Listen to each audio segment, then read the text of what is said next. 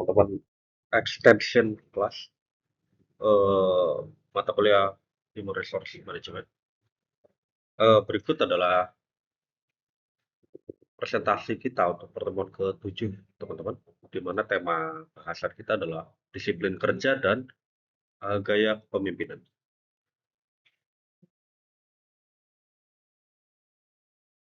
Oke, agenda kita walaupun kelihatannya banyak ya, tapi sebetulnya tidak terlalu berat bobotnya.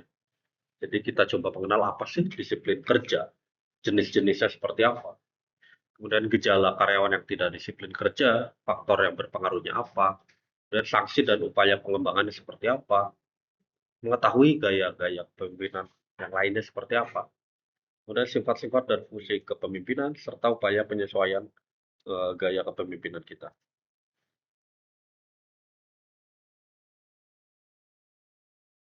Oke. Untuk disiplin kerja, apakah kaitannya erat dengan produktivitas dan kinerja? Jadi apakah disiplin erat hubungan dengan produktivitas? Umumnya, umumnya semakin disiplin karyawan terhadap SOP atau peraturan perusahaan, umumnya akan membuat produktivitas semakin meningkat. Karena di mana disiplin itu berarti kita sebagai karyawan menerima dan bersedia melaksanakan dan menerima konsekuensinya apabila peraturan tersebut kita langgar. Dan ya kalau dijalankan memang kewajiban ya, tapi ketika suatu peraturan dijalankan, tentu akan ada konsekuensi ketika hal itu tidak dijalankan. Itulah yang namanya disiplin. Jadi seseorang sadar dan bersedia melakukan apapun yang memang sudah sesuai dalam peraturan perusahaannya. Jadi ketika seseorang sadar dan sedia untuk menaati peraturan atau norma-norma sosial tertentu di dalam organisasi atau tempat dia berkecimpung, itulah bisa kita bilang disiplin.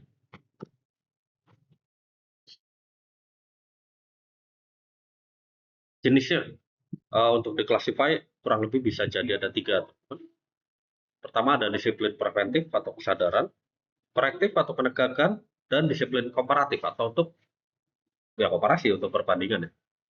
Untuk disiplin preventif, kita berupaya untuk menumbuh kembangkan kedisiplinan pada karyawan dalam tata laksana peraturan perusahaan. Dan itu akan lebih mudah terwujud ketika kebiasaan positif sudah menjadi budaya. Ketika sudah ada kebiasaan, berubah jadi budaya, maka hal itu bukan lagi suatu beban, tapi sudah menjadi natural yang terjadi di dalam suatu perusahaan. Juga ada disiplin korektif, jadi tindakan kedisiplinan yang tujuannya adalah mengkoreksi, di mana merupakan upaya konkret manajemen dalam menegakkan disiplin eh, tentunya dalam hal kerja ya pada setiap karyawannya agar setiap karyawan dapat mematuhi peraturan perusahaan yang berlaku. Oh, case nyatanya apa sih? Ya, sanksi SP1, SP2, SP3, surat teguran, atau bahkan sampai pemutusan hubungan kerja. Itu bisa kita bilang adalah disiplin korektif. Jadi kita tidak boleh membiarkan peraturan yang ada ditindaklanjuti sembarangan, sehingga perlu adanya korektif oleh pihak manajemen. Kemudian ada disiplin komparatif, di mana pengaplikasian disiplin kerja ini atas dasar kedisiplinan yang diterapkan oleh perusahaan yang sudah terbukti. Jadi kita nyontek kedisiplinan dari tempat lain, misalkan PT saya PT ABC gitu. Gimana caranya supaya PT ABC lebih tertata secara tindak laku karyawan, secara etika dan sikap karyawan di tempat kerja. Akhirnya kita mencontek disiplin komparasinya ke misalkan ke Toyota atau ke Honda, ke perusahaan yang sudah terbukti bahwa memang di perusahaan mereka menerapkan kedisiplinan yang ketat dan sudah terbukti dalam meningkatkan produktivitasnya. Itu sehingga kita bisa menyesuaikan dan mengadaptasi apa sih yang ada di mereka tapi tidak ada di kita. Gitu.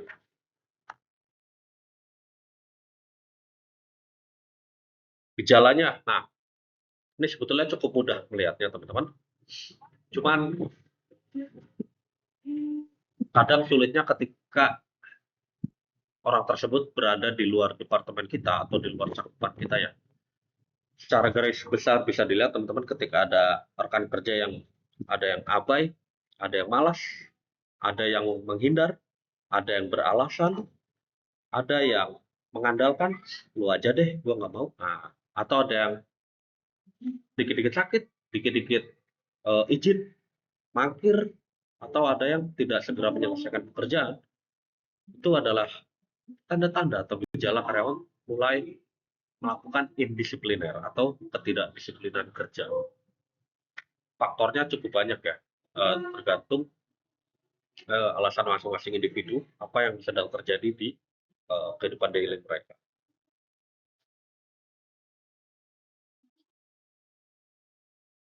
Faktornya, bayangkan teman-teman karyawan bagi yang memang sudah bekerja, kemudian tiba-tiba menjadi demotivasi, tiba-tiba menjadi tidak ingin bekerja. Apa yang mempengaruhi sebetulnya? Bisa jadi teman bingung, ini perusahaan arahnya mau kemana sebetulnya? Bonusnya dikurang-kurangi, kemudian fasilitas makin minim, gaji nggak naik-naik. Tujuannya mau kemana sih perusahaan ini? Kemudian adanya peraturan perusahaan ini menjadi apa ya, pedang bermata dua sebetulnya. Benefitnya sangat banyak, tapi terkadang ada beberapa tipe karyawan yang memang tidak ingin tanda kutip diatur, sehingga dia tidak nyaman ketika ada peraturan perusahaan. Ada juga perilaku kedisiplinan atasan. Simpelnya ketika teman-teman rajin tapi atasannya ternyata santai, ternyata sering tidak masuk, gimana kita mau niru ya? Jadi kita gampang ngebalikin itu. Atasan saya aja jarang masuk kok. Berarti adanya kebalikan dari tadi, perilaku pendisiplinan atasan. Ada juga adanya perhatian dan pengarahan. Kebalikannya ketika atasan saya ternyata care sama saya. Pengarahannya selalu diberikan dengan tepat dan dengan baik. Tentu kita akan menjadi respect dan akan takut ya untuk melakukan suatu hal yang sama. Kemudian ada besaran kompensasi, salari. Ini masalah yang cukup common juga di kita teman-teman. Banyak kerja yang merasa bahwa pekerjaan dia tidak sebanding dengan pendapatan yang diterima. Ini sebetulnya pedang bermata dua juga, karena eh, besarnya kompensasi atau pendapatan relatif ya teman-teman. Karena kadang kita merasa sudah capek, sudah babak belur, tapi ternyata impact yang kita kerjakan tuh tidak sebesar itu loh. Jadi entah kenapa sekarang ritmenya mulai banyak seperti itu. Cukup banyak pekerja yang ingin dihargai hanya karena mempunyai ide yang menurut dia cemerlang. Tapi ketika diminta eksekusi belum tentu bisa. Dan itu entah kenapa menjadi satu tren yang cukup uh, bergaung ya di sekitar kita saat ini. Banyak karyawan yang ingin dihargai lebih hanya karena ide yang mereka sampaikan menurut mereka cemerlang. Namun dalam hal rencana eksekusi, dalam hal uh, penggunaan sumber daya, mereka tidak bisa dipertanggungjawabkan. Akhirnya ujung-ujungnya apa? Ketidakpuasan. Ujung-ujungnya apa? Setelah tidak puas ya indisipliner, tindakan menyimpang. Juga apakah ada reward dan punishment? Ketika kita patuh terus, apakah ada rewardnya? Dan ketika kita tidak patuh, apakah santai atau ada punishment? Itu pun sangat berpengaruh. Kemudian adanya supervisor atau pengawasan pada setiap karyawan.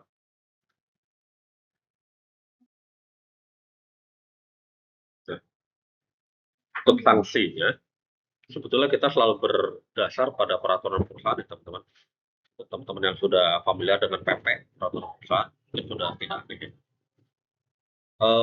Tingkatannya biasanya dimulai dari teguran verbal, surat teguran, surat peringatan 1, 2, dan surat peringatan terakhir.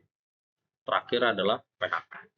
Namun di antara surat peringatan dan PHK itu ada surat peringatan pertama dan terakhir. Jadi sebetulnya SP ada 4. Surat peringatan pertama dan terakhir adalah surat peringatan pertama yang dia terima, namun skala kerusakannya sangat major sehingga tidak bisa dianggap lagi klasifikasi SP3, tapi harus ke surat yang pertama dan terakhir. Ketika dia melakukan sesuatu lagi, maka akan langsung PHK, bukan naik tingkat. Gitu.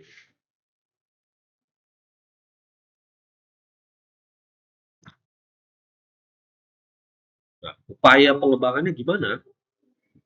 Pertama, kalau analisa dari SDM, tentu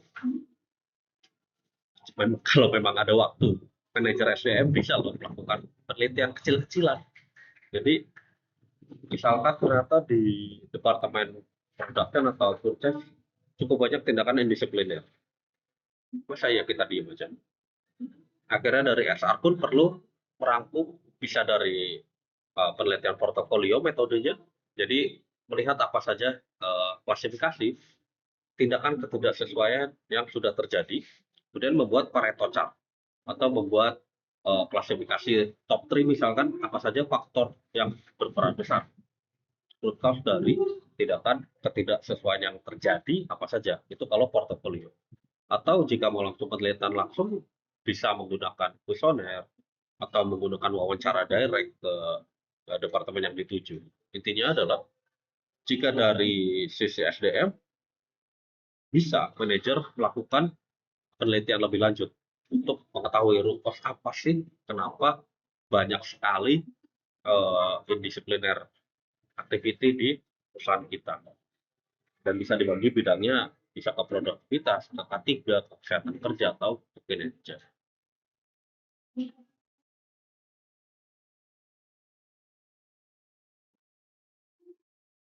Ketika nanti teman-teman menjadi pemimpin, jadilah pemimpin yang berperan, di mana pemimpinlah yang bisa menjaga kedisiplinan setiap karyawan di luar dari kemauan personal ya.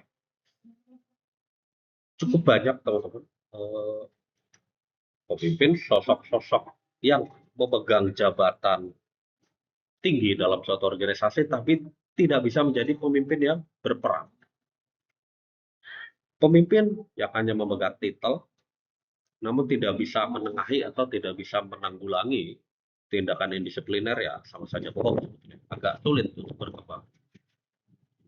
Jadi ketika teman-teman sebagai karyawan lah, termasuk saya menjadi karyawan, demotivasi atau menemukan kesulitan bekerja dan ujung-ujungnya menjadi malas, pimpinanlah yang harus peka.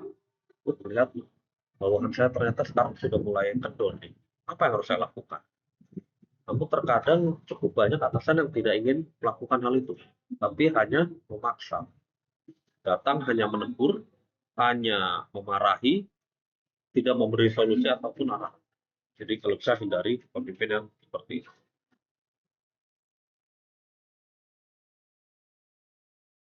Nah, kepemimpinan dan pemimpin beda atau sama? Beda.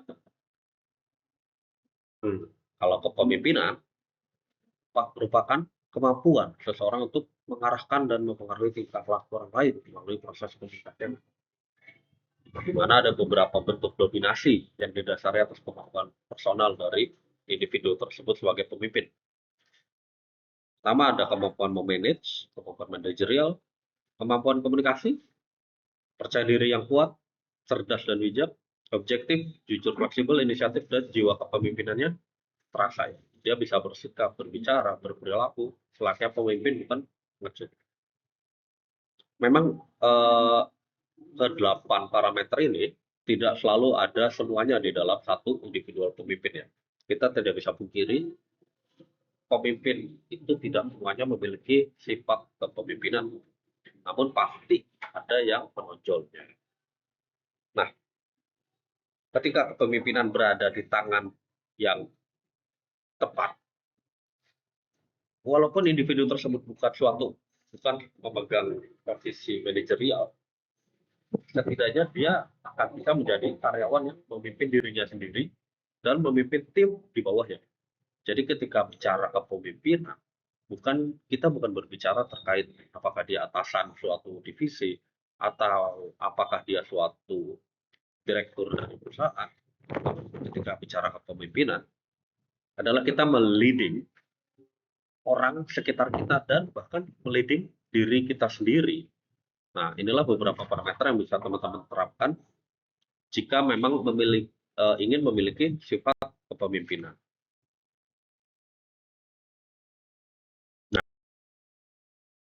Nah, fungsinya apa sih punya kepemimpinan?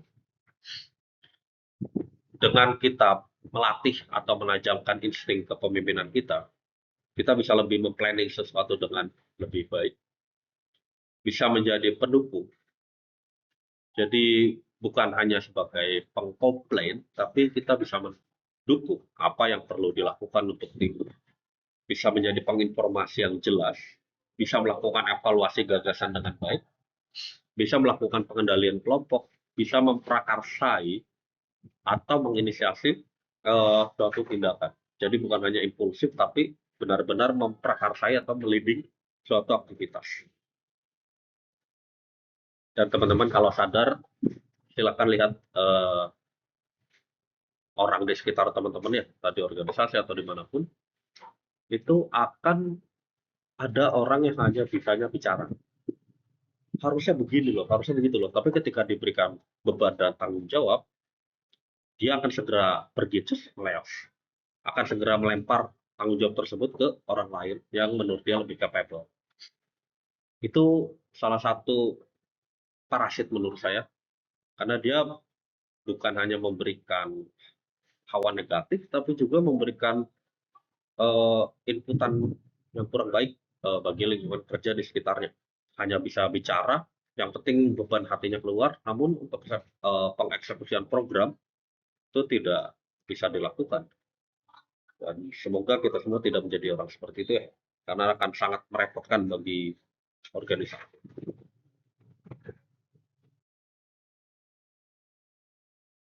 Nah, metodenya ada apa? Di sini saya rangkum kurang lebih bisa jadi ada 7. Bisa ada pemberian perintah tentunya ketika kita memimpin, bukan hanya memimpin orang lain ya, kita memimpin diri kita sendiri. Jadi kita memberi perintah untuk diri kita. Ayo, kita harus bergerak. Ayo, kita harus melakukan. Kita harus melakukan sosial. Itu kita memberi perintah pada diri sendiri. Kedua, kita melakukan teguran atau pujian. Mungkin teman-teman pernah merasakan ketika kita lagi males, lagi mager, lagi capek, kita kadang menegur diri kita sendiri. Ayo, ayo, ayo, kita bisa loh. Kita nggak boleh kayak gini. Kita masih bodoh. Kita belum kaya. Kita negur diri kita sendiri. Atau untuk mengapresiasi lebih pun kita sering memuji. All is well. Everything is good. Let's go. Let's move on. Itu kita memberikan pujian terhadap diri sendiri dan juga bisa ditularkan ke orang di sekitar kita, di tim kita. Dan tentunya metodenya kita perlu memupuk perilaku baik agar menjadi kebiasaan bagi diri sendiri dan orang lain. Kita harus peka terhadap saran, bukan menolak ya. Kita harus peka ada saran apa. Walaupun terkadang saran tersebut dibungkus dengan kata-kata kurang baik atau kata-kata kasar, tapi yang kita perlu tangkap adalah objektivitas dari saran yang diberikan. Kelima, ada perkuat rasa kesatuan kita. Jika kita punya tim, lebih baik kita dekati mereka secara persuasif, bukan dengan otoriter.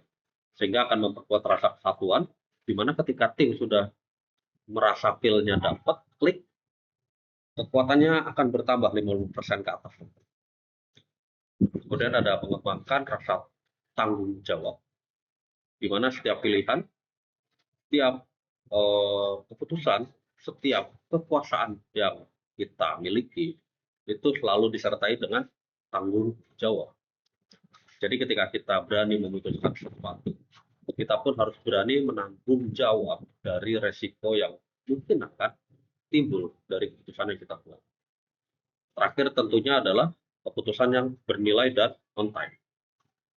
Keputusan kita harus valuable, bernilai, dan on target. Percuma keputusan kita hebat, keputusan kita menjadi solusi, tapi dieksekusi pada waktu yang salah. Mungkin terlalu cepat atau terlalu lambat. Itu not good. Jadi terkait pengambilan keputusan adalah 5 jam terbang ya tentu. Ketika teman-teman makin sering mengalami suatu masalah dan memutuskan suatu keputusan, intuisi teman-teman akan bertambah, akan semakin tajam. Kapan saya harus memulai mengambil keputusan. Kapan saya harus mulai mengevaluasi keputusan yang saya ambil dan kapan saya harus mulai memodifikasi keputusan yang sudah saya ambil sebelumnya. Gitu. Jadi akan ada 3 segmen nanti ketika memang teman-teman sudah terbiasa dalam pengambilan keputusan. Dan yang akan teman-teman sadarin, kadang keputusan yang on time belum tentu tepat sasaran. Tapi ketika tepat sasaran belum tentu juga on time. Jadi teman-teman akan menemukan titik tengahnya antara on time dan on target.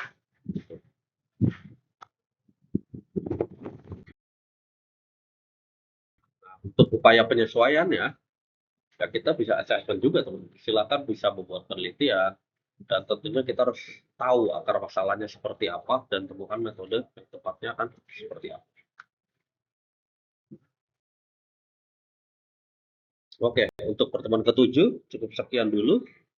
Semoga yang disampaikan dapat menjadi manfaat untuk teman-teman semua ya. Thank you.